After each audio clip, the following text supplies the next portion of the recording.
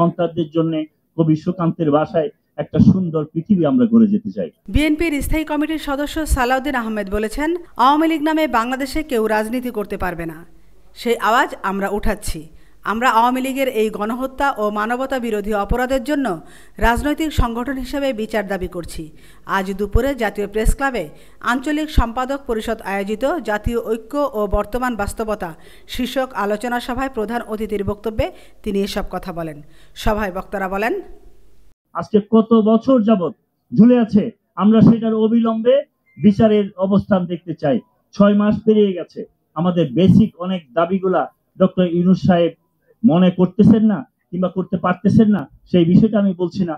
তবে আমার কাছে মনে হয় যে আসল জায়গাগুলোতে কথা বলা উচিত।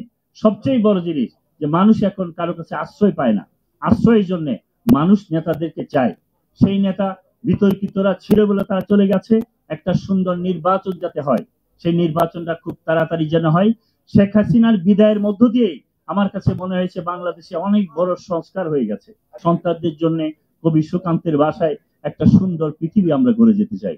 নির্বাচনী রুটম্যাপ প্রদান করুন এবং সেই নির্বাচনী রুটম্যাপ জনগণের সামনে যদি যৌক্তিক মনে হয় জনগণ মেনে নেবে। আমরা বলেছি জুলাই আগস্টের মধ্যে নির্বাচন সম্ভব, তারও আগে ইনফ্যাক্ট নির্বাচন সম্ভব, কিন্তু আমরা কিছু সংস্কার করে, আইনি সংস্কার করে এবং প্রাতিষ্ঠানিক সংস্কার করে নির্বাচনমুখী যে সমস্ত সংস্কার প্রয়োজন সেগুলো করে আমরা নির্বাচনে যেতে চাই। বিষয়টি ভুল বোঝাবুঝির কোনো সুযোগ নেই। সংস্কার হচ্ছে একটি ধারাবাহিক প্রক্রিয়া, চলমান প্রক্রিয়া, আজীবন সংস্কার করে যেতে হবে। যতদিন দেশ থাকবে ততদিন সংস্কারের মধ্য দিয়ে আমাদেরকে যেতে হবে। সমাজের চাহিদা অনুযায়ী অবিরাম অবিরত আইনের সংস্কার করতে হয় এবং সমাজের চাহিদা মেটাতে। সুতরাং সংস্কার শেষ করে নির্বাচন দেব এই বক্তব্য সঠিক নয়। আপনারা নির্বাচনের জন্য যে সমস্ত সংস্কার, এখন আইনি সংস্কার প্রয়োজন, আর প্রিয়তে সংশোধনী প্রয়োজন আছে।